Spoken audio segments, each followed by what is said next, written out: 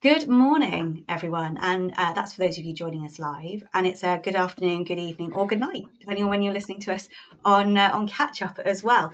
Welcome to the latest in SUEZ's now very long-standing webinar series. Surely, it's an institution itself by now, I would have thought, because we started this during those heady COVID days where we were all locked down and mostly in our homes.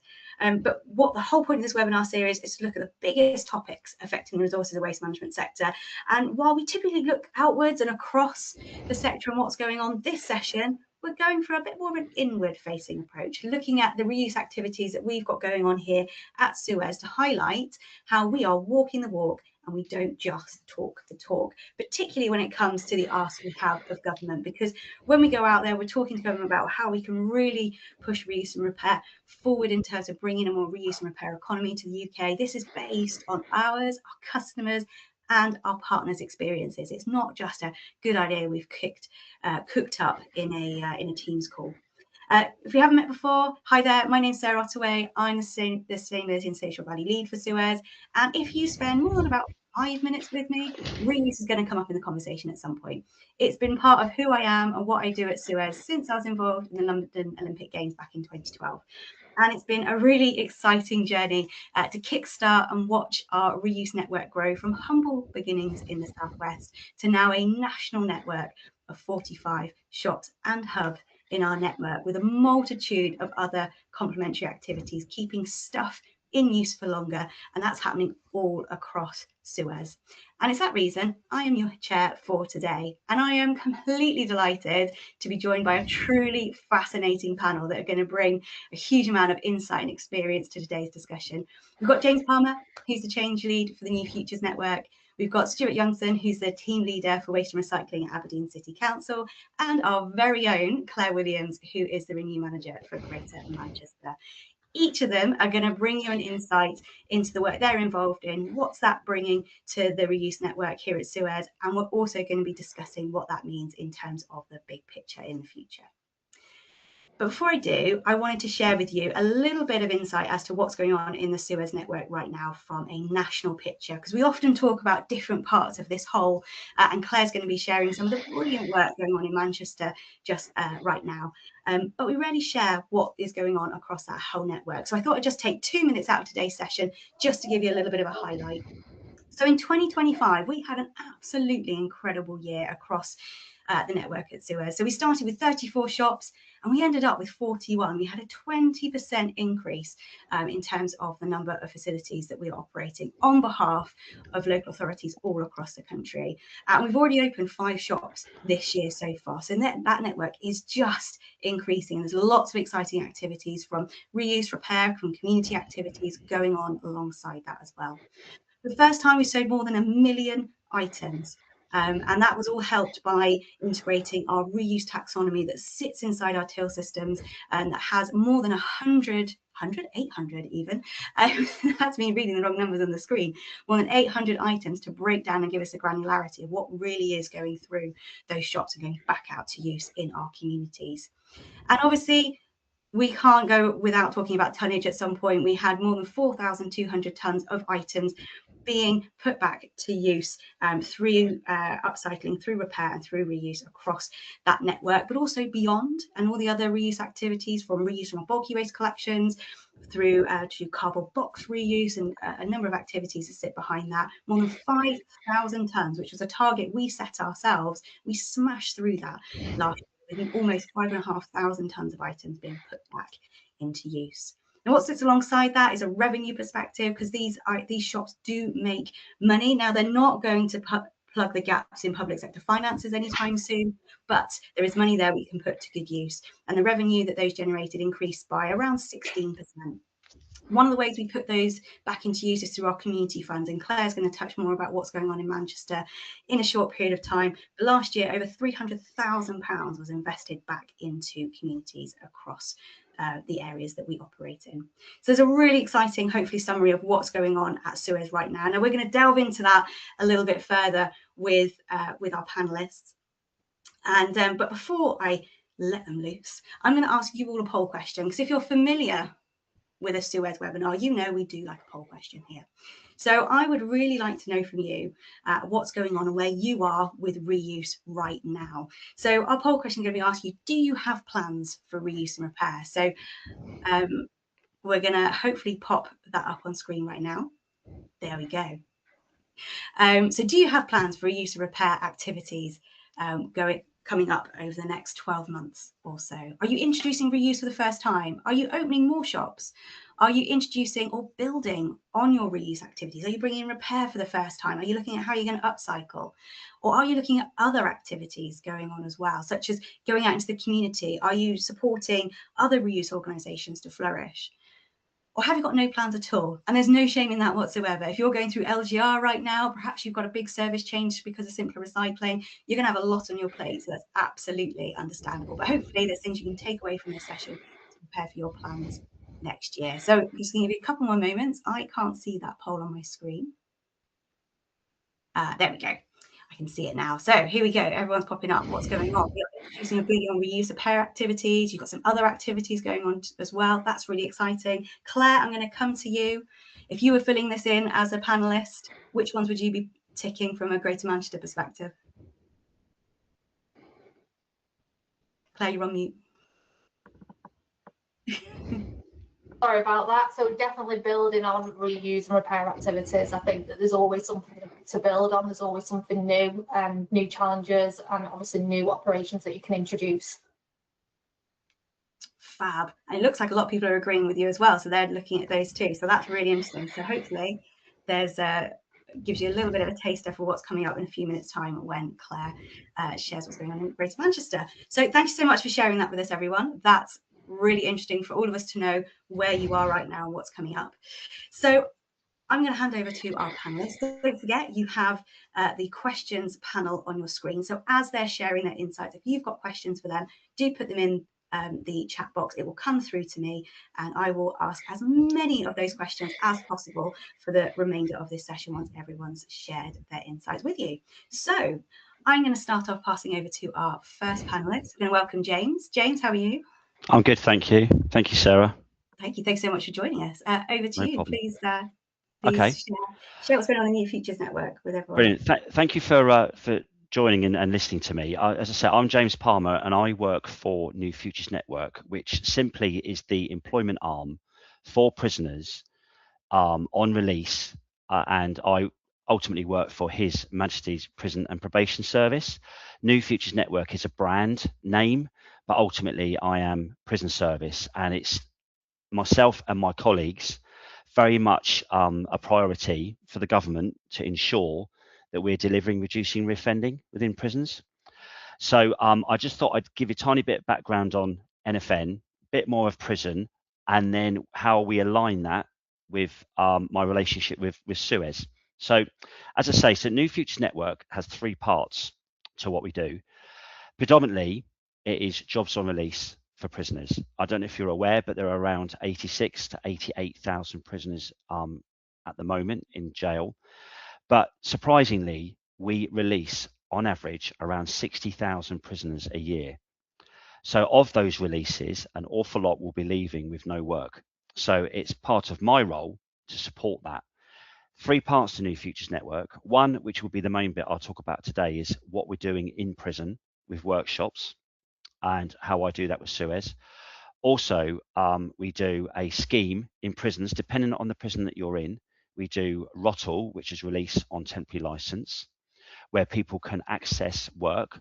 They access SUEZ opportunities every day whilst they're serving a custodial sentence. So they will go out in the morning, they will go to work, but they will come back to prison at night. That was my, I suppose, skill set, because I did that for many years in a prison on the South Coast. And the other part, which would be the main, is jobs on release. As I say, 60,000 people are being released on average every year, and we have to try and help as many of them as possible. So one of the areas of importance today was what we do in workshops, and whether or not you are aware, but we try to offset the cost of imprisonment from the public purse and do as much as we can in prison. So if you imagine I'd imagine, well, you probably can't imagine, most of you probably haven't been to a prison, but if you can imagine being in a prison, everything that you see, you walk around, you sit on, you watch TV, the doors, the gates that close, we make all of that in prison, and we get the prisoners to make it. That saves massive amounts of money to the public purse. And also it does give the men and women in prison the opportunity to learn a trade such as engineering, welding, woodwork, signs, sign printing, everything that you can think of. Textiles, you're probably unaware that the biggest textile producer in the UK is the prison service, because you can imagine 86,000 people need clothes and probably 4 to 6 items of each per prisoner. So you can imagine how many that is. And whilst we do all of that, we're also supporting and delivering training, as I note. So from an NFN point of view, New Futures Network point of view, we have numerous workshops across England and Wales. And I work with around 100 prisons at present in supporting their need to increase commercial opportunities. And what that simply means is that we speak to companies, and SUEZ is the prime example, about how they can work with us to support what we're doing in prison, but in turn to support their business need and ultimately the social value side and area. So a long time ago, around 11 years ago, I met with the Surrey regional manager, Gareth Swain, for SUEZ, who came into my prison at the time, Ford. And if I remember rightly, Gareth came in with the premise of talking about what we do with our waste, and I persuaded him to go away and start employing prisoners. So ultimately, we started 11 years ago with taking a chap on this initiative called Release on Temporary License, where SUEZ took a chance, and over time it has proven to be successful, but took a chance and employed a prisoner on release every day to work on one of the SUEZ sites. As time went on, SUEZ took more opportunities and started to employ more people, and then also employ people on release. So some people do not have access to release on temporary license. That would take me probably 3 hours to explain, but some people aren't at that point in their sentence they can do that, so they'll just get straight release. But ultimately, they will be released, and SUEZ have in the past proven that that can be successful, and they have employed people on release. So we went from, as I say, the release on temporary license to jobs on release to talking to Gareth about how we could help with reuse and some of the items that go through the MRFs and the household recycling centres. And we opened an initial bike recycling workshop at HMP Ford, where we recycle all the bikes that come through the amenity tips, for a better word, and they can then be refurbished, recycled and sent back, and then they can be utilised in the local community and for SUEZ to put into their reuse shops. So that went well. We still have that now. We have just delivered our 1000th bike in Surrey that has been refurbished at HMP Ford to support underprivileged people that may not necessarily have the option to buy bikes. So families have certainly benefited from the work that we do together. And so then we moved on to what we could do next. So alongside Gareth and myself, we went to another prison, HMP Downview, which is in Sutton, again in Surrey, a women's establishment. And we decided about what we could do with the wood and furniture, broken furniture, pallets, anything that's like that. And we've opened a workshop now for the ladies that work within Downview, and we refurbish and sell items back through the reuse shops surrounding what we do at Downview. And again, that's been successful. And also to be mindful that whilst we're doing all of this, the ladies and the men are gaining real work opportunities. And what's good about that is within prison, we have our own education departments, and we make sure that we align our education need with what we're delivering in workshops. So we try to get 2 for 1 for that, which is important because that gets people ready for work upon release. And then recently, probably in the last 18 months, we've expanded on an initial conversation that we had at HMP Feltham, which is near Heathrow, just on the cusp of the Surrey border, where we looked at what we could do there. So we started wire stripping. We did some work with tyres, We did some great work and partnership work with the NHS, with some of their crutches and other equipment that support the NHS and patients that we do within the prison. And we continue to expand that to quite a big compound that I think we're going to call a hub stroke academy, which would be great for the prison. The biggest thing, great for the prisoners, and everything that we do there goes back into some reuse shops or can save SUEZ some sort of time and manpower to support what they do as well. So, and that will continue to grow.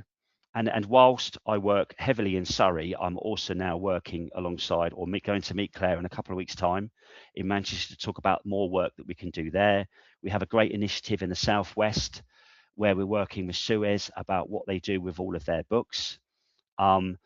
The average reading age of somebody in prison is 11 years old. And it's reading year this year.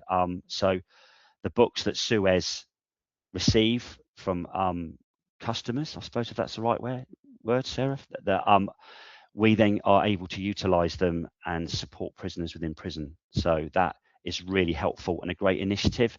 And we're starting to expand, as I say, everywhere in England and Wales, ultimately, with coming back to exactly what I started with, is to support people on release. There you go, Sarah. Perfect. Thank you, James.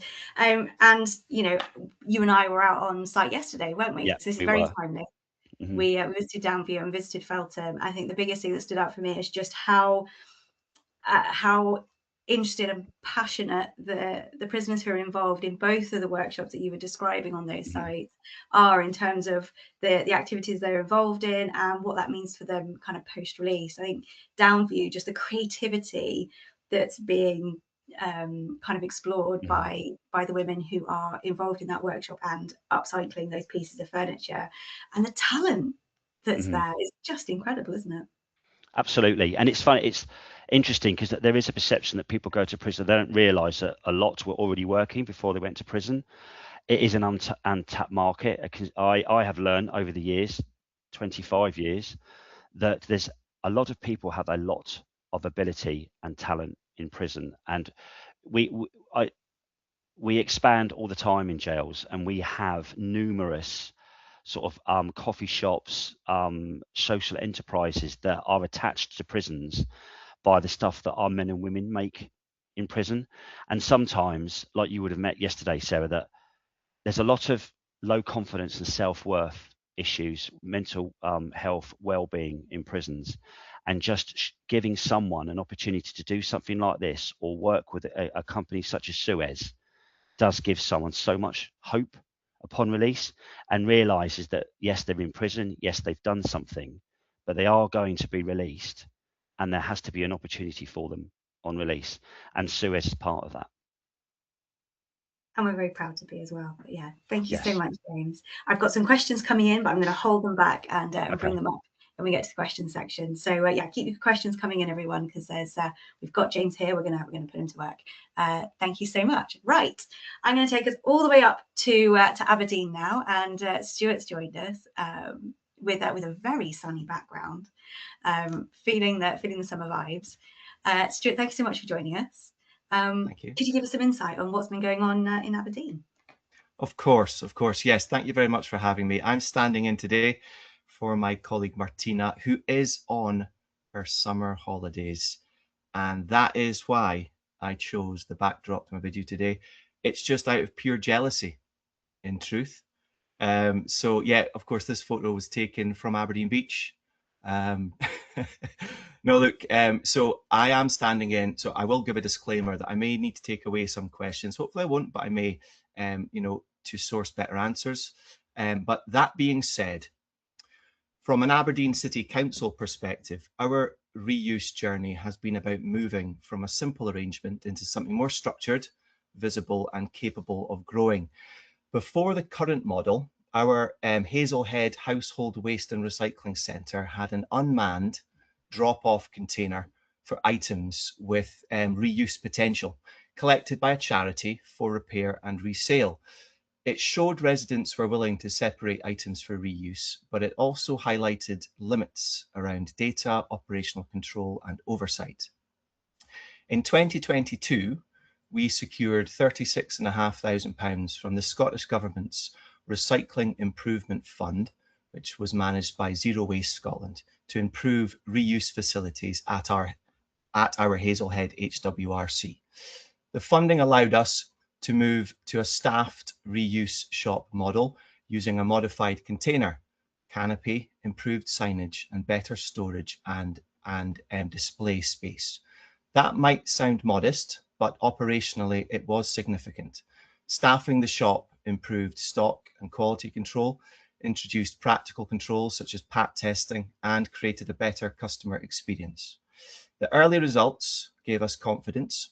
From the opening in May 22, the shop sold over 10,500 items and reused just over 26 tonnes. By 2023, that rose to over 25,000 items and 78 tonnes. In 2024, it reached 38,000 items and 174 tonnes. Those figures showed reuse was becoming a meaningful diversion. That evidence helped unlock the next stage.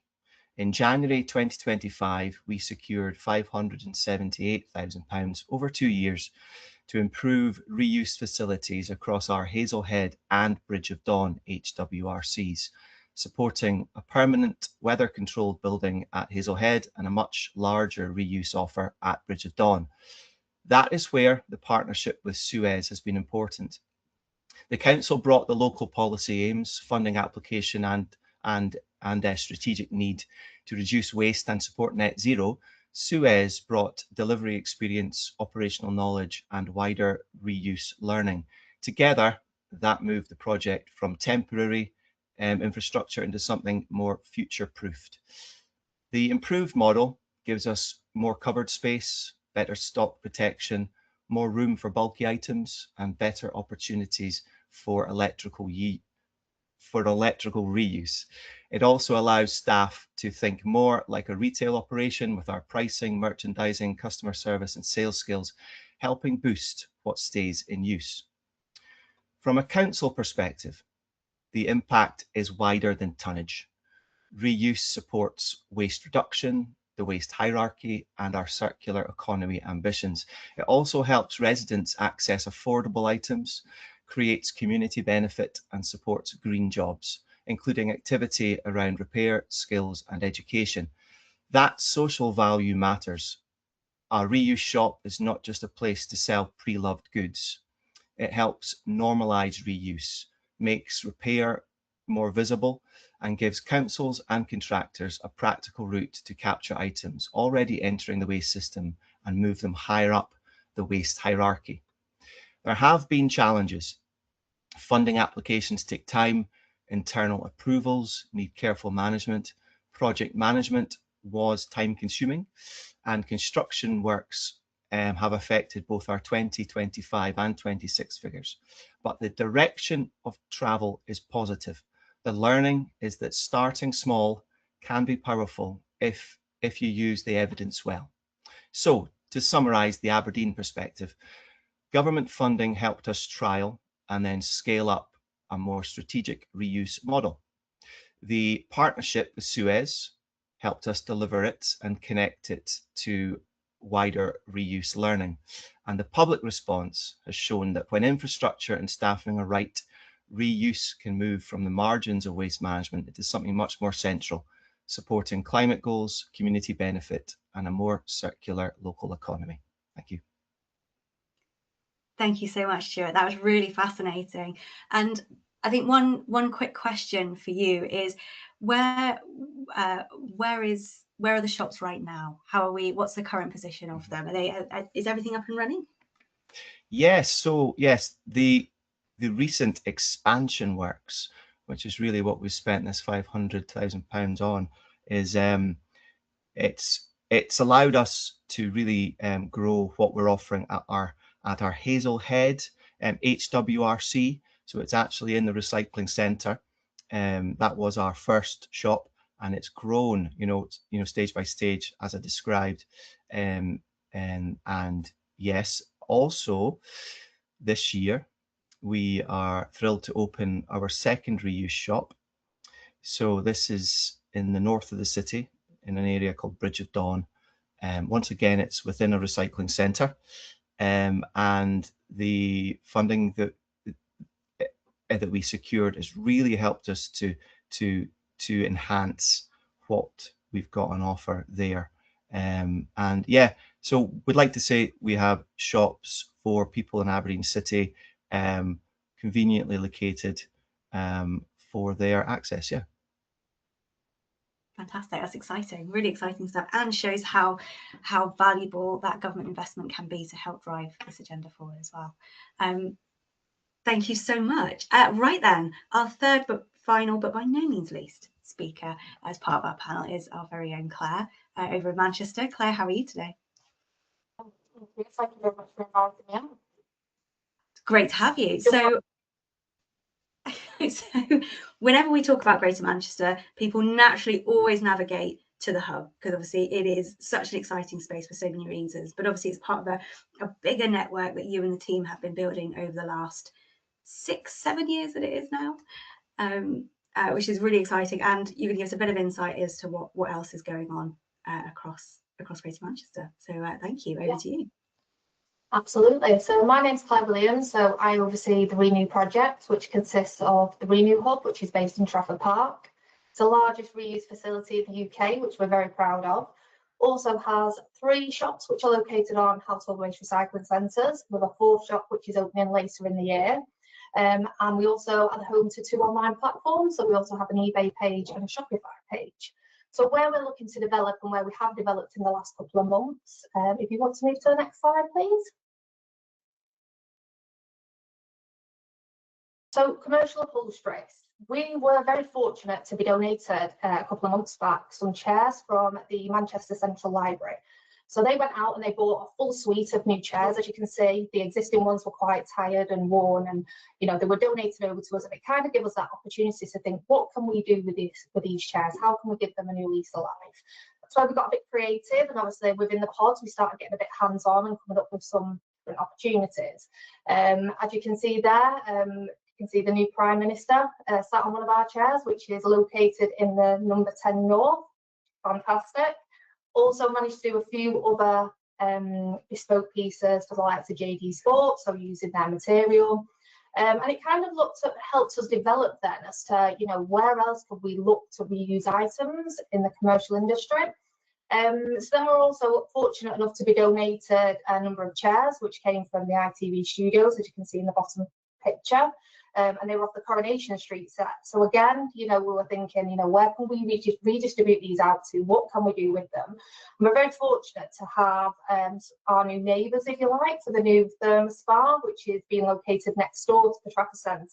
They'd actually come for a tour around the hub, and we're like, well, this is actually fantastic. How can we be part of this? Can we look to reuse some of the furniture that you have in here? And that obviously gave us another massive opportunity. And as you can see in the bottom photo to the right-hand side, that is the same chairs that were donated from the ITV studios. Had all been reupholstered, they've been sprayed matte black, and then they are now in use at the Therma welfare facilities while the builders are on site every single day, which again is fantastic that we're able to bring these businesses to kind of using the reuse opportunity rather than purchasing new all the time. So that's when we started developing it a little bit more. So now we're very fortunate that we have managed to get on the framework for some of the NHS contracts within the Northwest, and also some of the university ones as well. And hopefully that will inspire, different businesses and commercial businesses with the opportunity that you don't always have to purchase new. You can purchase reuse, you can upcycle, but you can also donate as well, so that other charities or businesses that aren't as fortunate to be able to go out and buy things brand new, they can also purchase second hand and obviously tell that story as well. So that's kind of the first next steps, if you say. If you want to go on to the next slide, please. So any of you that have been to the Renew Hub will know that we're not actually open to the public. And we've managed to kind of keep it that way for about the last 4 years.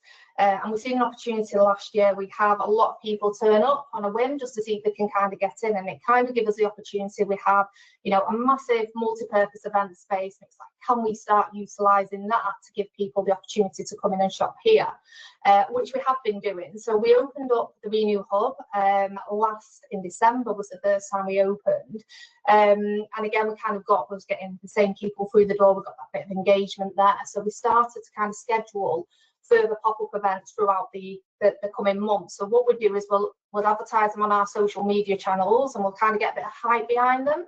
And I must say the last couple of months have been really successful. So we normally try to aim to open the hub up on a Saturday twice a month. It's very rare now that we would ever get less than 400 people coming in the space of a few hours. They become really popular, and again, you know, it's kind of the inspiration and the story that we're telling our customers. A lot of people probably didn't know about the donation containers on the recycling centres. They've maybe just seen on the socials, obviously, the Renew opportunity. So they'll come down, we can obviously explain that story, but also that's encouraging and engaging them to then donate their items onto the recycling centres, which is fantastic. Also seeing opportunities to get out into the community as well. So, you know, people that aren't local to one of the shops, where we can do, we'll go down to local primary schools. We'll pop up in the car park after 3 o'clock, so as the children are obviously coming out of school.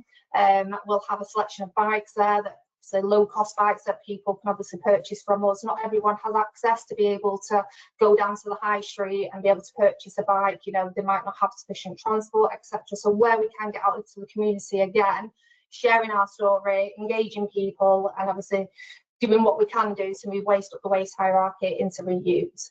We've also developed a Renew shop light, as we would call it. So it's not as big as one of our normal shops. It's a semi-permanent pop-up shop. We did a bit of trial and error last year on a few of our HWRC sites, just to see where we got the most engagement. On one particular site, unfortunately, it doesn't have the space to have a full-sized reuse shop, but does have the potential space to have a smaller version. So that's where we'll now look to open at weekends, and obviously taking Renew on the road out to local communities as well. You want to go on to the next slide, please? And then just to touch upon, obviously, the Renew Community Fund, one of our commitments was to dedicate £200,000 each year to the Renew Community Fund. To date, we've already donated over £1 million. We've already supported over 110 community groups, and that could be anything from school uniform redistribution to obviously community bike libraries, compost donations.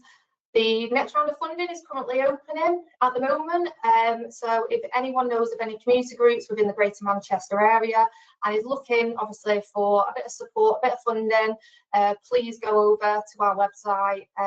The deadline is the 6th of August, and hopefully we can distribute some of that money out to charities and good causes again.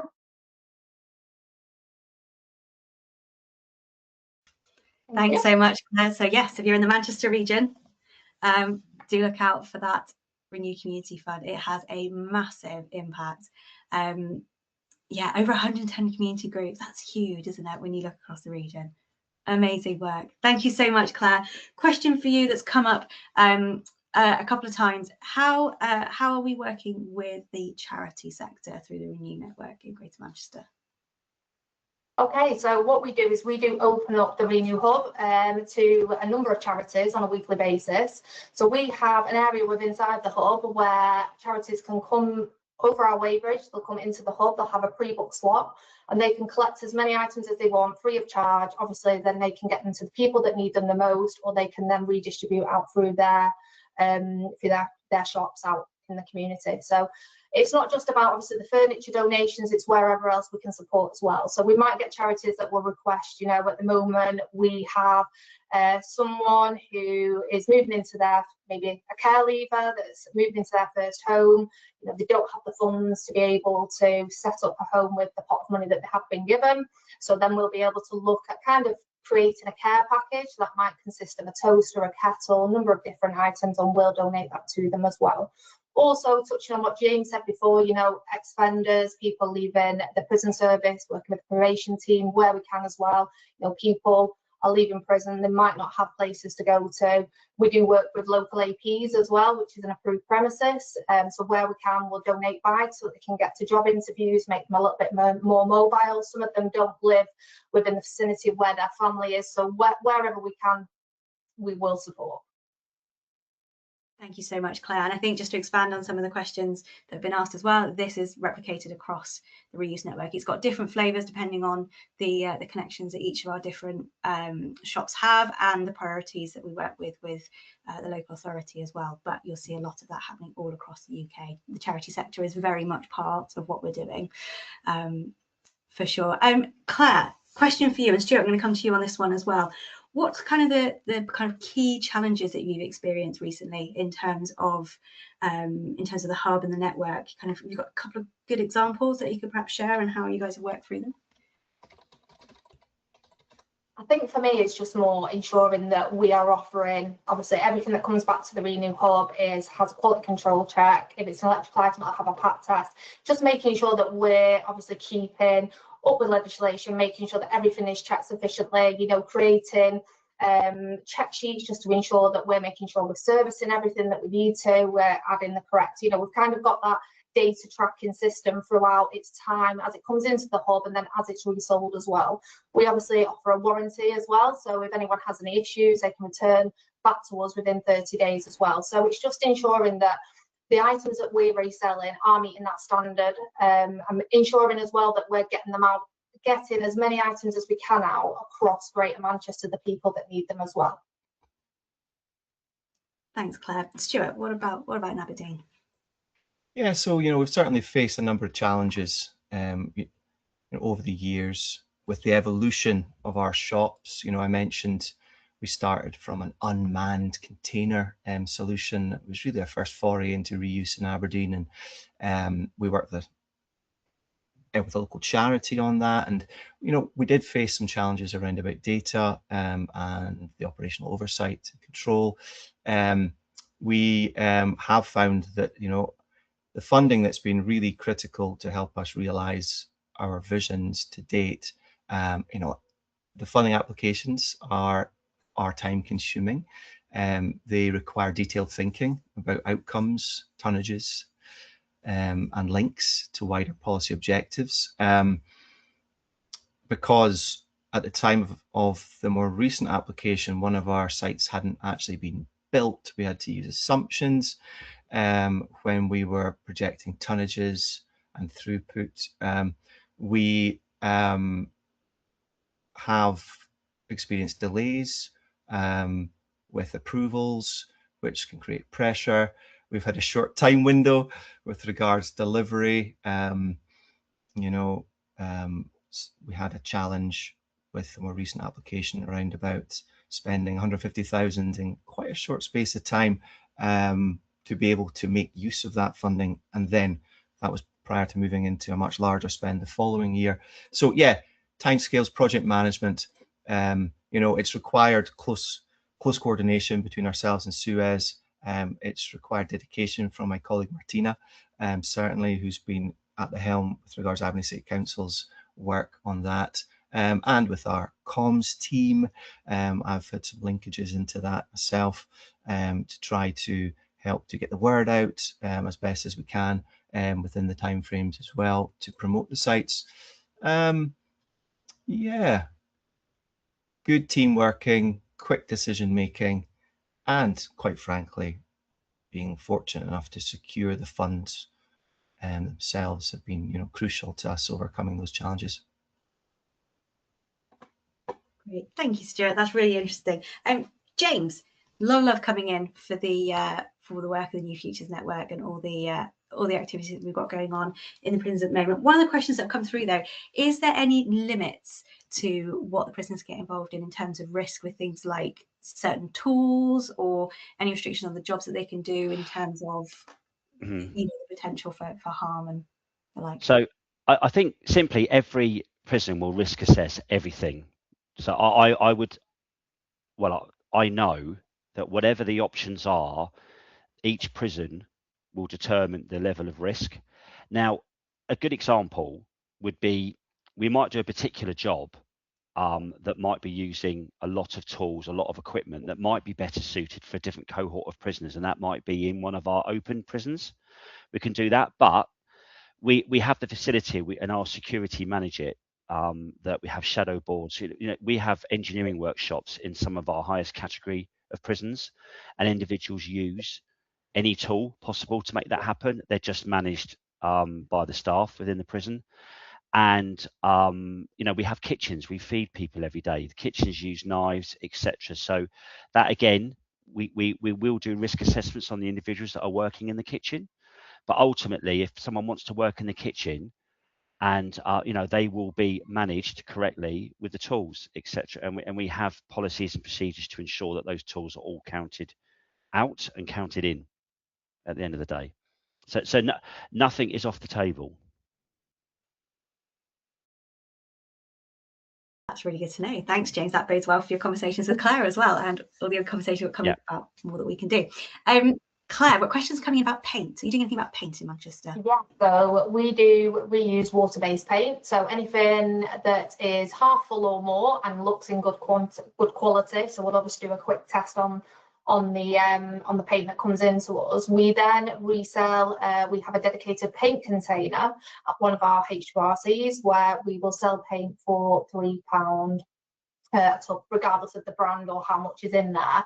We have recently joined up forces with Community Repaint as well. So we're now looking to use their, obviously, advertising and branding, which is fantastic. And just to give you an idea, I think we've been operating the paint reuse donations, and up to now, I think 70% of Blackpool Tower we've managed to save in paint. Hopefully when we get through Blackpool Tower, we'll then move on to the Eiffel Tower. Love it. I love the ambition, and then we're going to have to go through all the tallest buildings in the world to keep pushing it higher. Love it. Fantastic. It's hard to kind of quantify when you look at litres. So pretty much the same as when you look at reused material, when you kind of look at that in tonnage. But yeah, so just so that we could track it a little bit more, just to give people an understanding and an idea of paint, that's how we kind of measure it now, as against the different towers of the world. Fantastic. I love that, Claire. Thank you. Stuart, the shops, are they manned with or are they staffed by employees, or do we use volunteers? We have full-time employees. SUEZ basically manage our HWRC sites. They've been our partner for over 25 years now. And yeah, they've grown from, as I said, an unmanned scenario with our first reuse shop up to 6 full-time equivalent employees. So they are paid through SUEZ, and yeah, they do a great job. Great, thank you. Claire, I think that's the same in Manchester, isn't it? Yes, so we obviously recruit all of our shop staff, but I must say, a lot of the elements of reuse is down to the engagement of the HWRC teams. Without them, obviously engaging with the public, ensuring that the right things are in them containers for our drivers to go around and collect. Again, I think sometimes we look at material that comes through the HURCs and the reuse network, and without the teams on the ground doing what they do, the hub wouldn't be possible. And we have a fantastic comms team. Obviously the hub is in partnership with the Greater Manchester Combined Authority, so we're always working with them, obviously sharing what we can do just to encourage members of the public to donate any items that can be reused or repaired.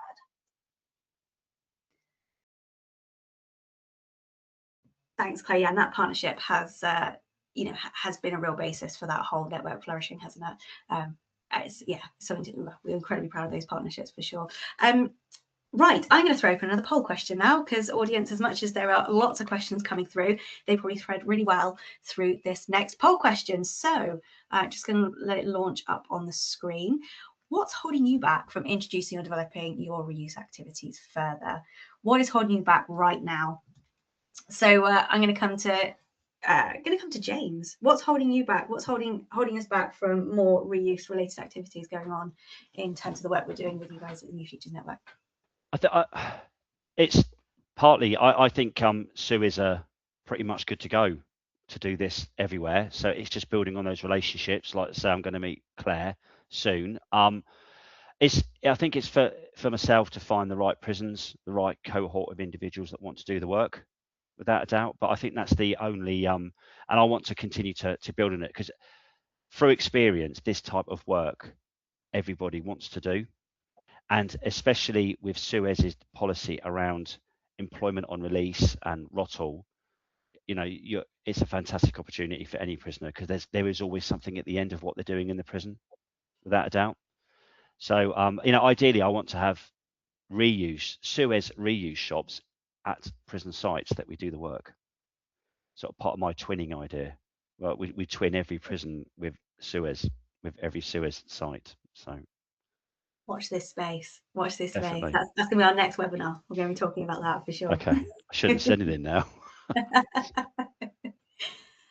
Stuart, the most popular answer right now coming in from the audience, and thank you everyone for sharing so far. Keep them coming in. Is the lack of funding to invest in that initial setup. How important is that funding that you've had through Zero Waste Scotland and the Scottish Government been for what you've been wanting to achieve in Aberdeen? We know that we've been very fortunate with the funding that we've received through the Scottish Government. It really has been critical to us, scaling our efforts. We would have, basically a reuse offering if it hadn't been for the funding, but it would certainly be a lot more modest. Now, we are not fooling ourselves. Compared to Manchester, the Aberdeen offering is small in comparison, for sure. By the way, we took a learning journey down to Manchester, and I wasn't lucky enough to get on that trip, but a couple of my colleagues were, and they came back absolutely raving about it. By the way, Claire, it was fantastic, what you've got set up there. But and we took some inspiration. But yeah, the funding that we received in Aberdeen has been absolutely critical. Not without, it doesn't, it does bring its own challenge, because you quite rightly have to justify every penny spent, and you have to do things right in terms of reporting and working with the funding manager there. But yeah, it's been just crucial for us. That's good to know. And you are always welcome at the hub. So you and Claire are connected. So let's get you down there. Thank you. Come down anytime you like. Great. Fantastic. And Claire, would any of those holding you back at the moment? Obviously, there is so much going on in Manchester, but is there anything that's just having enough time and resources?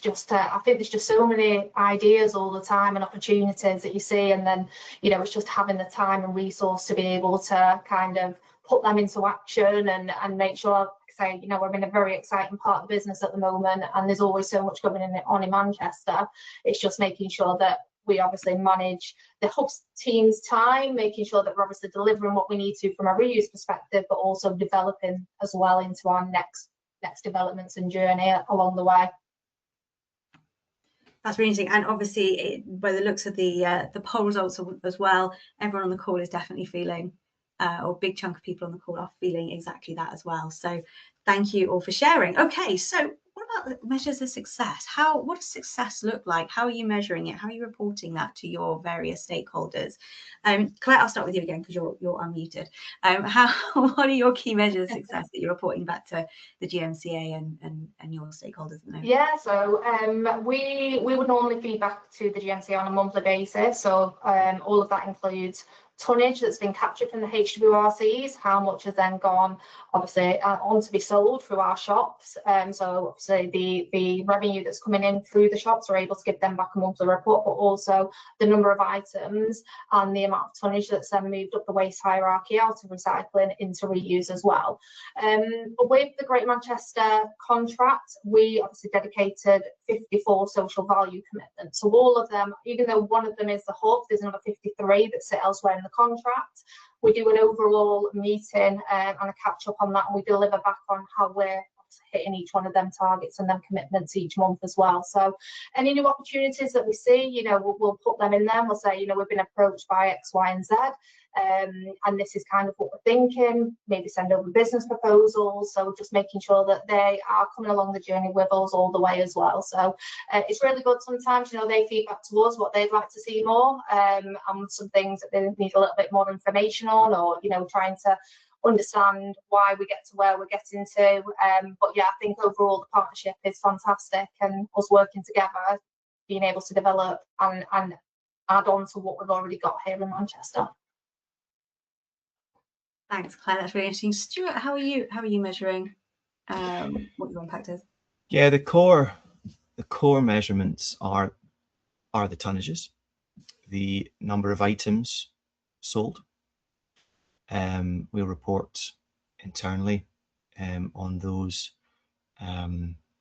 including to our council performance board that we attend quarterly to provide updates on the reuse works that we do, among other things. And nationally, we would report on the tonnages when we're doing an annual exercise, which effectively calculates our recycling rate as a council. So, you know, it's a really key measurement for us when it comes to our own performance, and reuse is a really welcome addition to our figures, because it boosts all the good stuff. It boosts our figures in the right direction. Do you, and because we've had a slightly technical question on this, but are they captured all in one metric that you report, or do we have separate reuse metrics that you report up to those bigger rate figures? Now, did I mention that I'm standing in for my colleague Martina, who is currently sunning herself with a cocktail? Yeah, I can't give you that, how it's broken down the reuse tonnages. So I would be unhelpfully making some assumptions. I can get that for you though, Sarah, if you like. That's great, thank you. Dave, because you asked that one about how they count together, it's a good question. I'm fairly confident in waste data flow, they do all come together, but let's double check, and we're going to come back to you on that one, because I think it's a really interesting point. There's one, you know, I do know we can break down by material type, so we'll be able to report on the actual reuse materials that we secure, you know, that we can sell through the shops in terms of bric-a-brac and furniture and sports goods. I know we have that separated out. Whether that's ultimately separated out in the same fashion when it's shared with the Scottish Government, I'm unclear. That's fine. We will come back on that question. I'm sorry to have put you on the spot with something that technical. Apologies. But I knew I was potentially flying close to the wind, but I thought I'd ask it just in case. We are coming rapidly towards the end of today's session. I'm going to come to each of my three fabulous panelists and ask them for their final takeaway message, the big thing they've either taken from the conversation or they would like the audience to take away with them. Audience, I am also conscious that we have a whole host of questions that we haven't got to. We will have a look at picking these up afterwards. James, I've also got a couple of people who would also like to have a chat with you about how they can work with you in the future, so we will connect you together as well. Hopefully I've ad-libbed enough for the panel to come up with their points, their takeaway points, maybe a hashtag we can put into a LinkedIn post that pops up on your screens in the future. So James, what's your big takeaway message from everybody? I think from a professional point of view from the prison service, I think what we do with SUEZ and other companies, but particularly SUEZ, is fantastic, and it gives so many opportunities to so many people. And I know you talked about success, so we have numerous evidence of success of people that get jobs within SUEZ and never commit crime again and live very good lives, etc. And that's the side that we like. But importantly, I'm fully aware that SUEZ has a business need as well. So I think I do everything for prisons and prisoners, but I also am aware of the business need of the company, the stakeholder. So it's important to ensure that that's working well, because the longer that goes on, it ultimately comes back to my prisoners and getting them opportunities. So that's my biggest takeaway really, and how I find SUEZ and the recycling industry, as I call it, prisoner friendly. So that's a massive positive for me. Fantastic. That's a great takeaway. I think just one final stat for everyone to take away. What's the percentage drop between someone who is like, you come out of prison, and likelihood of reoffending, and how much does that reduce if they've got a stable job to go to? So people might not be aware, but our reoffending rates within the first year is around 60%. If you imagine 60,000 people are being released, 60% end up back in prison within the first year. But if you have, there's a lot of pathways to ensuring reducing reoffending, but somebody that has a job is 50% less likely to reoffend.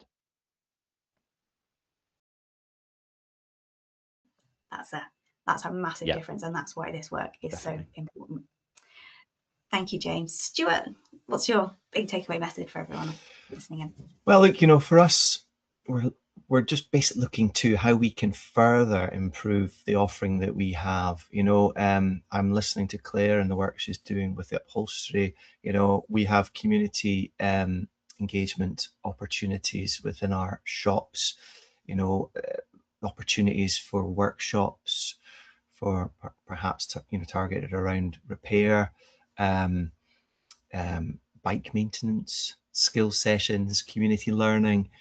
This bit is of key interest to us, and we're keen to realise more of that activity now that we have basically the larger shops. We have a space that we can use for that kind of activity.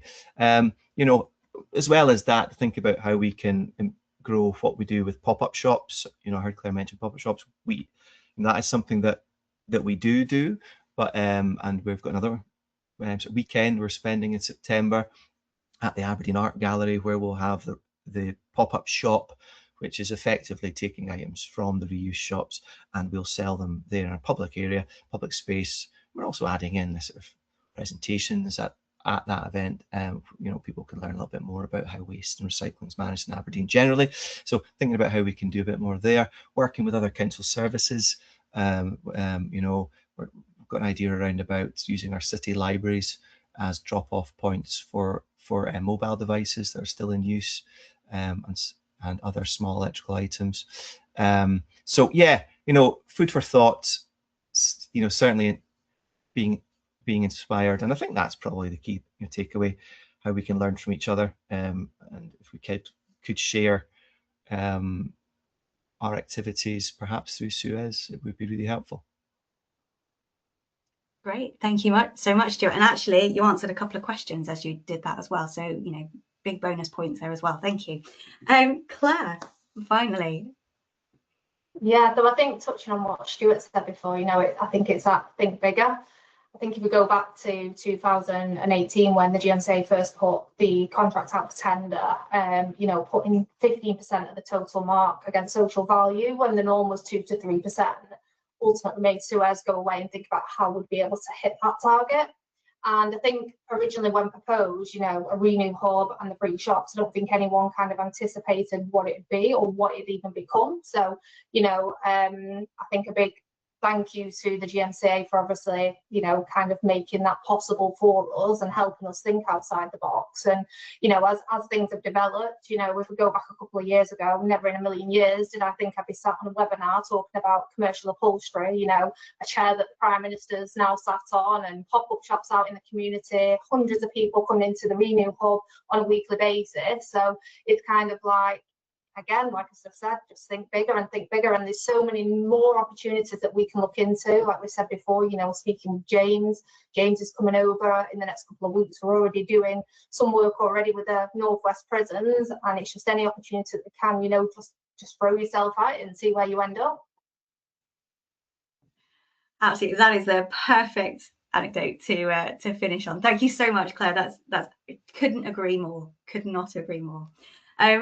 Thank you all so much. Huge thank you, panelists, for all your time, energy, and all the insights that you've brought to today's session.